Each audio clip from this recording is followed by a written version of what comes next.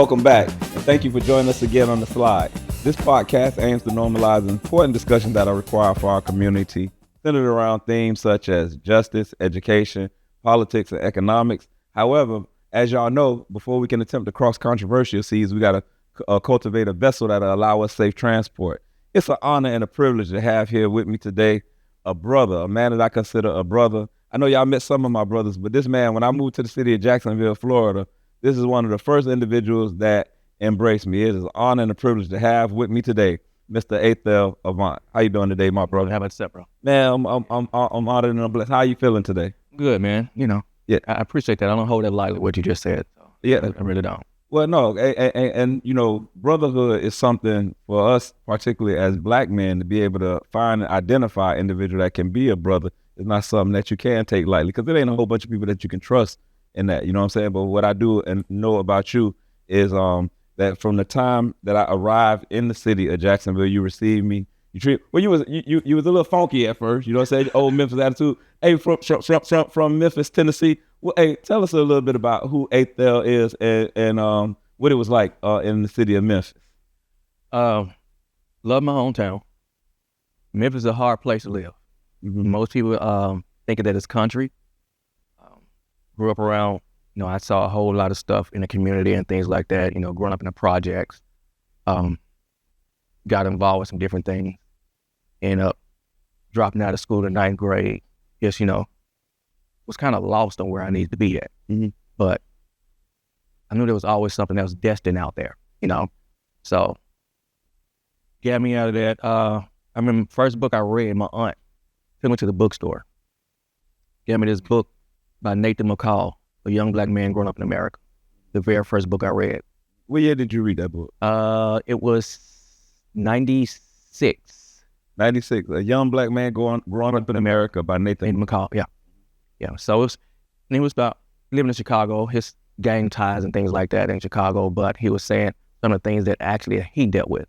And I saw myself in some of those things that he was talking about. I ain't gonna lie, I enjoyed it, was fun, but it had to be something that was bigger than life than that. Mm-hmm. Mm-hmm. So once I began to reading, it started to change my mindset, broaden my horizon on different things. And just gave me a different perspective on life. Got down here, dropped out of school in 9th grade, got down here, didn't have a high school diploma, none of that. Got down here, finally got myself together, got my GED, went to college, just from where I came, the statistics said that a young black man growing up around that violence and all that type of stuff, not supposed to make it out, but we only get to that point to where we see that as a product of our environment. We don't allow ourselves to see anything else other than that. So that's the point of actually having someone to actually give you ground level and give you that, see something different in life. And so that's what changed my mind when she gave me the book, changed a whole lot. The city of Memphis is what changed my life a whole lot too. Hey, Joker don't know, man. Anybody who know me, man, y'all know around that 90, 89, from 89 to 93, it was a run going on. You know what I'm saying? And that run was Memphis. Yes. Right. And so when I had the opportunity to meet you and you said you was from Memphis got a special place in my heart. You know what I'm saying? Because I might have been 15, 16 years old first time I had visited Memphis. Yeah. You know what I'm saying? We used to go to Memphis pretty regularly during those years. And so when I seen you and I met you and I say, man, where you from? You say Memphis, Tennessee. The first thing I thought was, man, have you ever been to W&W Car Wash? You know what I'm saying? Owned by the Woods Brothers, right? Now I ain't supposed to know who the Woods Brothers is. Mm-hmm. You know what I'm saying? Being that I'm from Miami, Florida, the Woods Brothers, that's urban legend, you know what I'm saying, if you would. But, and it had to be around like 1991. I had the opportunity to be in the presence of Mr. Ronnie Woods. And, you know what I'm saying, if you know, you know. Google him, man, you know what I'm saying? Man, the man is a legend, you know what I'm saying? It's a lot of talk about different individuals, but I had never been in the presence of somebody who entire aura exuded power and confidence. Correct. You know what I'm saying? When Ronnie walked off into that, I thought I had been in the presence of one of the coldest dudes I thought I was going to be around. I ain't going to really speak his name, you know what I'm saying? But there's a dude they used to call Al back in the Gap. And I thought that was the coldest dude, you know what I'm saying? But then when Ronnie walked in, the way Al even responded to Ronnie made me aware of the fact that Ronnie was a powerful person, you know what I'm saying? And as a young boy coming from dysfunction, I wanted to be able to be somebody that was important, you know what I'm saying? So I sought to emulate those individuals that I saw in my environment that projected power and confidence. Yeah. Right. What are some of the figures in your environment? Because you made some critical decisions at a very young age. Right. What are some of those individuals that that shaped your perception or laid the foundation for your desire? What was that like for you in coming out of Memphis? A lot of it came when I moved to Jacksonville. Mm-hmm. Seeing people, positive mindset, Mm-hmm.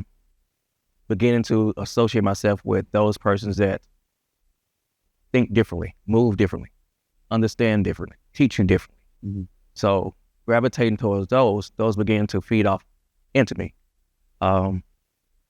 Like I said, dropping out of school in 9th grade, knowing doctors and things like that. Mm-hmm. Not supposed to know all them doctors, meeting Jaguar players and things.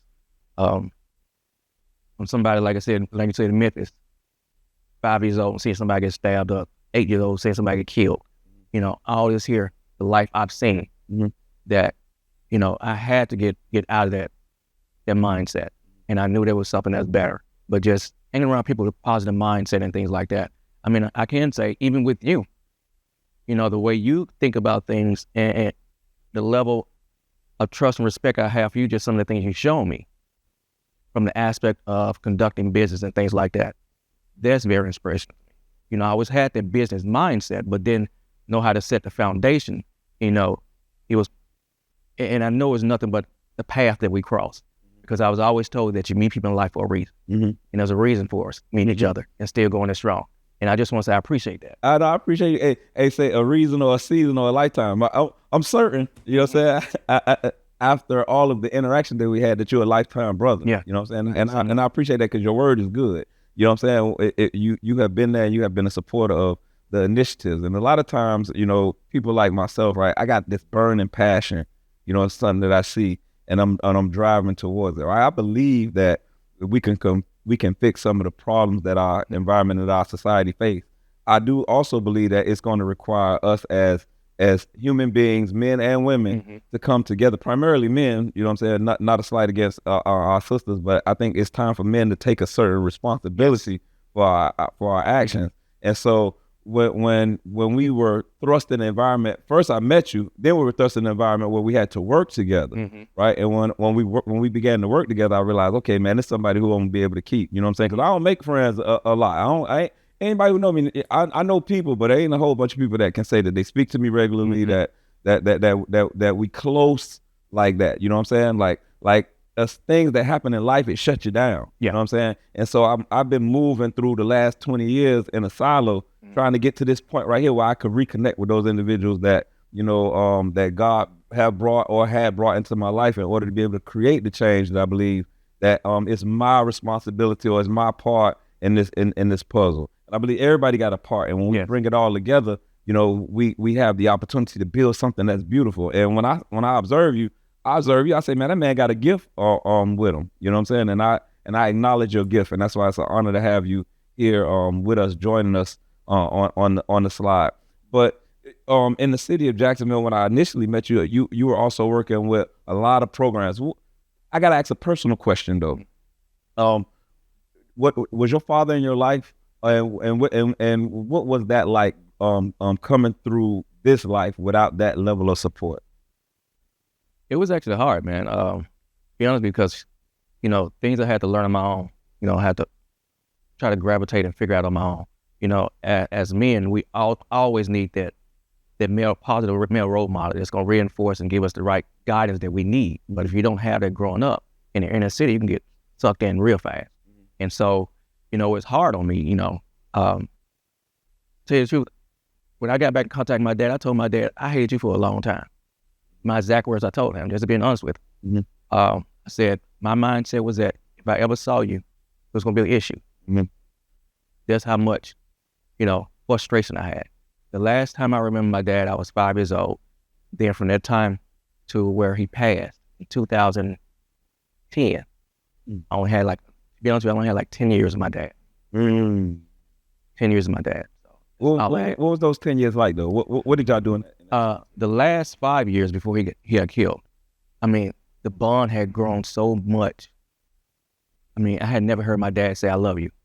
We just got the phone. He's always said, I love you. I love you too, Pop. You know, met my daughter. Told me just like this. He said, I apologize. I was out there in the streets of Memphis and my mind wasn't where it needed to be at. He said, I apologize to you and your sister not being there. He said, but I will be there for my grandbaby. Man, anything Gabby needed. I'm like, Pop, stop sending her stuff. Man, nope, I'm not. I'm doing this. I told you. I'm sorry, it won't happen again. And the bond was so strong, man. That bond was so strong. You know, that's beautiful to hear. Now, my bond, me and my father, we was like Alan Bud Bundy. You know what I'm saying? I want to say, not the first time I went to a strip club, but the second time I went to a strip club, my daddy took me in. I was probably like 17 years old, and we had done fell out, man. Like, I had done decided I was gonna drop out of high school, and my father called me, and I guess my mama called him. You know what I'm saying, to try to put a little bit of pressure on me, so that joker called me. He told me, he said, man, I heard you over there sleeping on your mama couch, and he said, man, you're gonna do one or two things. You're gonna either join the military or you're gonna go to college, right? I say, nigga, fuck you, fuck school, and fuck the military. He said, oh shit. He said, oh shit, you grown now. He said, get your mama keys and come on over here to the house, right? In my mind, I had grew up listening to Richard Pryor, so I was thinking, man, this man finna fight. You know what I'm saying? So I don't put on me some shoes. I done got ready. You know what I'm saying? I say, man, because this that day. And I had been waiting to fight him for a long time because of the dysfunction and the deviance that existed inside of my household. I just felt like it was time for me to fight him. But when I got there, this joker came running down the stairs of his apartment complex with some linen pants on and a rayon shirt and some hard bottom shoes, and I was like, we gonna slide all across this floor. And so he said, drive up the street. He was living on Bay Drive on Miami Beach at the time, 960 Bay Drive. I'll never forget that place. We went down to the beach, and you know, he ordered a 6-pack of Heineken, and he just said, and he just talked with me, and that's the first time my dad really talked to me, you know, like a man, because he understood that I was going through a little bit of pain. You know what I'm saying? Not only did we have a dysfunctional childhood, but at that time period, you know, my brother, my big cousin, you know what I'm saying, Slick Vic, who I love dearly, had just got incarcerated.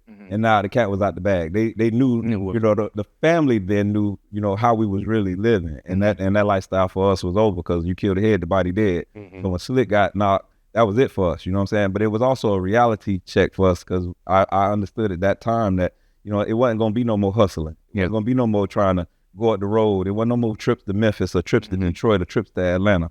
You know what I'm saying? And that happened for me at a very young age. So at a very young age, hustling was taken away from me, right? And then the loss of my big cousin left such a sour taste in my mouth.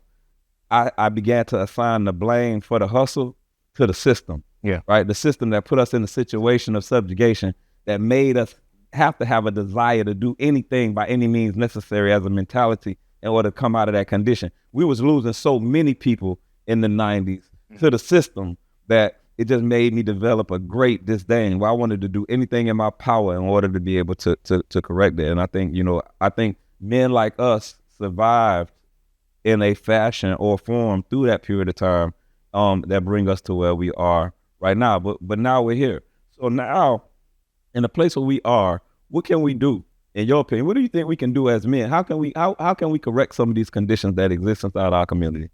I was just speaking to someone about this last night, literally. One of the biggest things the issue we have is that men have to get back and take their place where they need to be at. Meaning being the example, positive role model for these young kids that's growing up, especially these young males. You know, most people don't want to realize is that a lot of these young males are doing the things that they're doing because it's the pain, the hurt and pain that they're masking the pain. That's an outlet. They get in trouble. No, my dad's not here, my mom's not here, it's a pain on the inside. But when we first actually start to acknowledge, hey, this is what I'm going through, then that what opens the door up to allow, okay, now I'm making myself vulnerable. Most men, when they say the word vulnerable, they think it's a weak thing. No, it's not a weak thing. It's one of the most strongest things in the world for a man to be vulnerable. And what he's done, he's allowing himself to be in tune with himself, to know what hurt him, what's bothering him, and let it all out. You know, we all need a shoulder to lean on. You know, even in business, the businessman, the CEO had a right hand and a left hand.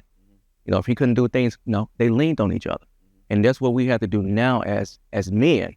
We have to get back into the community, ensuring that kids are starting to see things different, a different outlook, a different perspective. I remember back in the days back home, going to the Boys and Girls Club. I ain't seen none of that down here. That's just me personally. I haven't seen it. So, it's the biggest thing. We just got to get back to the community, man. Just giving a positive role model for these kids to see. We have to, as men. Yes, sir. I agree. And, to me, having have traveled, in several places across the United States, whenever I enter in the Black community in any place that I've been, the condition that we see in our communities is not unique. It's the same everywhere. It's the same in Baltimore. It's the same in Chicago. It's the same in New York. It's the same in Miami. It's the same in Atlanta. And to me, that just wrecked my brain. Yeah. Because I'm saying, how can these places so far apart be so similar in the behavior? Had it not been by a design, some form of a design that create that condition, that create that need in every single one of those communities, and then you only provide certain outlets by which we can try to advance out of that situation. And we just ain't had, the mentorship. When you kill the Martin Luther Kings and the Malcolm X's, and you imprison the Stokely Carmichaels and the H-Rap Browns, what I'm saying, and the Geronimo Pratts of the world, who is going to be there for those individuals like us? Correct. You know what I'm saying? Because everybody ain't the same. And I'm not knocking no pastor. I'm not knocking no educator. I'm not knocking anybody out there giving an honest effort at trying to make our environment better. But it's not a cookie cutter solution. Right. Just because you speak the word of God don't mean that I got to listen to you. You know what I'm saying? If you have not earned my credibility or my trust. You know what I'm saying? So I think as adults, we have to mature into a place where we realize that the children have a need. And if we're not attending to the need, we can't expect that it's going to be a different outcome inside our environment. We got to get down there in the weeds and kind of like meet them where they at. I had a homeboy named Brother Harry. You say what, sir? Have to meet them on their level. Yes, sir. We got to meet them on their level. I got a brother named Harry that used to say, you got to hug a thug. You know what I'm saying? But you good at that. You good at being able to tap into that place and create that trust. You're consistent. Right? What drives you though? Want to see the best for everybody. It's just being honest with you. Even though throughout all I heard I had with people I call friends, family, and things like that, I can count on one hand how many people I can actually say the word friend for. And it's not embellishing or anything like that. But my heart is just wanting to be honest with you, man, just see the best for the Black community.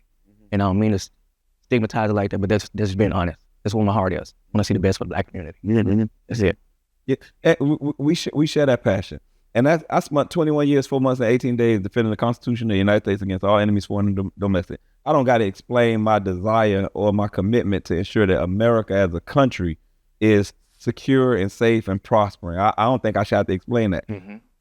My desire being to assist my community, being that I come from that community, it shouldn't be questioned neither. Right? It shouldn't be a prerequisite that I got to be concerned about somebody else's community in order to be able to help my community. Correct. And I think sometimes we, as men, as women, as leaders in our environment, we feel like we need to attend to the needs of others more than focusing on the problems, which leaves our community neglected. You know what I'm saying? Like, and I think that we should hold politicians accountable. I think that we should hold, clergy accountable. I can't really talk to business people because business is something different. You know what I'm saying? But those individuals that are in those fields of endeavor, driven by passion and commitment to help people, then help them. If that's what you're doing. That's what you're saying. You really do.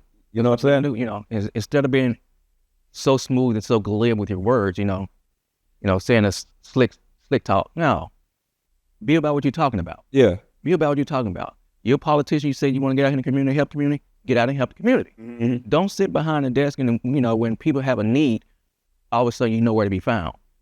But when it comes down for voting, you out in the community trying to march it. No, help where you are. Help your constituents. That's what you're saying you serving them for. Yeah. Shout out to that boy Uncle Luke running for Congress. If y'all down there in Miami and y'all in his district, he done whooped the Supreme Court one time. Go ahead and send him up there and let's see what he can do when he got the real power with him. You got people that standing with. See, that's the time period that we in. I was thinking about this the other day.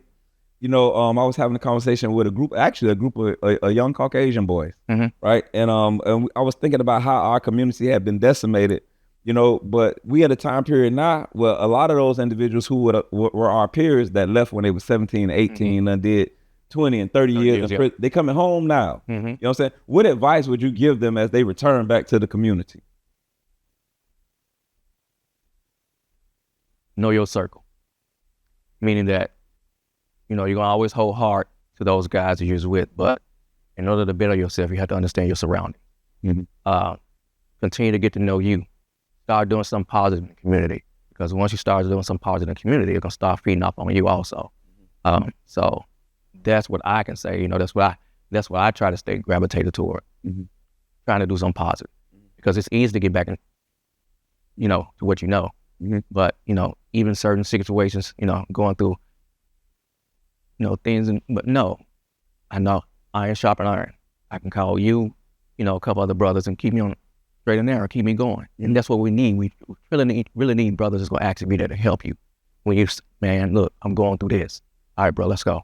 We got you, man. Yeah. Got you. Yeah. Hey, you need brothers who are going to be there to help you. But what I appreciate about you is you the kind of brother that will, without question, be there for your brother, regardless of what the situation is. You know what I'm saying? And we got to understand that that's a part of it too. Be there to admonish me, be there to comfort me. But if I call you and I tell you I need you, right? And I need you how I need you, the way I need you. And I need somebody that's going to be able to be there with me in those moments too, right? We have a very dynamic experience as Black people in America, and we come through and go through a lot. I think that it's necessary, during this period of time that we kind of identify what's that way forward. You know what I'm saying? What's that way forward for us? What do that look like? See, I ain't under no impression. I got a homeboy who just came home a couple of years ago, you know what I'm saying, into tremendous debt, into tremendous responsibility. Because when you get jammed up, you figure you go away, you got a family, you got responsibility, you got women that you maintain and taking care of, children that you maintain and take care of, maybe even a property or two that was in your mama name, whatever. You know what I'm saying? When you come home with them same bills, 10x. Yeah, correct. Right? And without and having lost 10 years of education, 10 years of practical training and experience, how do we expect an individual that come from managing, hundreds of thousands of dollars worth of resources and responsibilities to then be able to, with a minimum wage, be able to attend to those needs, right? The system is designed to try to drive you back into the same deviant behavior that got you jammed up the first time, right? That's why it's important that we connect as brothers. So that way we can have opportunity to encourage and support individuals and then come up with those functions that'll give you the ability to live the same quality of life without having to participate in that same level of debauchery. Yes, you know what I'm saying? That just means that. I agree with you 100%. The system is actually set up that way. I remember a while back I was talking to somebody and I was telling them, I was like, the crazy part about it is that when you go to jail, you come out with this felony on you. You can't vote. Can't get a job, can't get this, you can't get that. That's putting you right back into the same situation you was in. And they wonder why, change is not happening in the community, because the way that they have it set up is to keep you in that cycle, keep you in that circle. So them big politicians, can get the money from building these prisons and things like that. Because, we can say what it is. I mean, that's exactly what happens. That's why they keep you going there. They keep you going there over and over again. But what I would say is, to all y'all hustlers, to all y'all who really know how to get money for real, what you doing ain't no different than what Tim Walton did, right? You know what I'm saying? Tim Walton is the founder of Walmart. You see what I'm saying? Right? We as a community spend more money in Walmart than probably any other community, right? But what he did wasn't special. It wasn't unique. He figured out how to trap. And he figured out how to get everybody to trap with him, right? That's all y'all got to do, man. Put your heads together. You know what I'm saying? Put your heads together. And if you don't know how to do it, then jump into follow the slide, jump into our DMs, allow us to be able to organize individuals. Because like Dr. Nix say, my brother Nashawn Nix, and bearing witness to the wisdom of Miss Joanne Foster, what she said is that we're not outnumbered, we're out-organized. You see what I'm saying? And then what we do is we sit around in our lack of organization and we point the finger at other races, nationalities, genders, ethnicities, and all that. And we stay caught up in banter that is so counterproductive to success and advancement that we ain't gonna never get to where we trying to go. You know what I'm saying? Then as a generation, we're gonna get older. We're getting older, right? We're gonna be past our usefulness. And we ain't gonna be no past now lesson to our children. And you know what our children gonna do? The same thing. The same thing. Got it. We was on weed coke and crack. Mhm. Now this generation is on fentanyl and pills, and then the generation coming back, they gonna always have a schematic. And when I say they, I'm talking about the system that is responsible for our enslavement. I don't know who sit in the rooms and make the decisions, so I ain't finna sit and act like that. I don't really like to use the term they when I'm having a conversation. I really wish I could give you a name. And if one of y'all jokers y'all know a name, man, slide up the name. We'll put them out there. You deal where I'm coming from? But it's gonna always be something that's intended to trap us up. Our parents, it was heroin. You see what I'm saying? Which took our fathers from our homes. You see what I'm saying? And there was something else that took us from our homes, and now it's gonna be something else that's trying to remove our children from their homes, which keep our community frayed, broken, and destroyed. And that ain't something that's unique to black people. They doing the same thing to poor whites. Everybody in this nation, right? It's time for something different though, for real. It has to be. I mean, just to piggyback on you saying about Walton, even if you're out there hustling and grinding, brothers out there in the street, you got a business mindset already. Come on. You got a business mindset already. Go ahead and utilize it. Mm-hmm. Put it in a way to where you can start a community center, do this and do that. You got a business mindset. Mm-hmm. Don't sell yourself short. Yeah, for sure. Hey, I was on my way back from Austin, Texas. I was going to go attend Muhammad's Mosque number 64 under the leadership of student minister Robert Muhammad in the city of Austin, Texas. And the Nation of Islam got a farming program where you can buy bulk items. You know what I'm saying? So, and I went through there and got the big bag of beans, the big bag of sugar, a big bag of flour, big bag of rice. So I'm on my way back to the city of Killeen, Texas when I was stationed out at Fort Hood. And I called to one of my brothers, brother Don X Leonard, and I called brother Darryl, and I say, hey man, you still got that triple bean? He say, what? I say, man, I got 50 pounds of that thing. Mm-hmm. He say, hey, now this is my Muslim brother. He say, nigga, 50 pounds of what? I say 50 pounds of sugar. You know what I'm saying? I got 50 pounds of sugar with me right now. Let's bust it down and let's sell it. Mm-hmm. You know what I'm saying? Because if you're a hustler, you're a hustler. Correct. See, the product don't make your hustle. No. You see what I'm saying? Your hustle make your hustle. Yeah. You know what I'm saying? If you can only hustle fentanyl, if you can only hustle crack, weed, or cocaine, you're not a hustler, you're a fiend. You know what I'm saying? And take that and just let that just marinate, just let that sink in. Mm-hmm. You know what I'm saying? You're not a hustler, you're a fiend. And why is it necessary that your addiction gotta, you know what I'm saying, contaminate grandma? You see what I'm saying? Gotta contaminate granddaddy. These people fussing and fighting and the children being destroyed in the house. Why? Because you want to be able to ride on the dome on sixes? You a fool. We can get the same bread without having to do all that. Hey, y'all want to do something amazing in this country? Y'all want to see us turn America upside down on its head? Let's stop committing crime. Yeah. You know what I'm saying? Hey, this nation is sustained by two complexes: the prison industrial complex and the military industrial complex. The prison industrial complex and the military industrial complex. That's how this nation survived, right? If you want to see this nation upended, stop populating the prison. 80% of the prisons are populated by black people, and we account for 13% of the people in this nation. The math don't math. It don't make sense. What we need to do, pastor, politician, civic leader, right? Come together and bring them geniuses together because they got courage. Bring them together and sit in a room, lock the door. Don't leave out until we got a plan where we can develop businesses that's going to give us an ROI month over month, year over year, so that way we can create schools and hospitals for our community. Man, it's time, man. How much more time are we going to waste in conversation without doing nothing? You know what I'm saying? I think this our time, and I think this our day. Yeah. And I think that's why we met. Cause ain't nothing like Memphis, man. No. Look, man. What? Hey, look, man. You know what I'm saying? Hey, listen.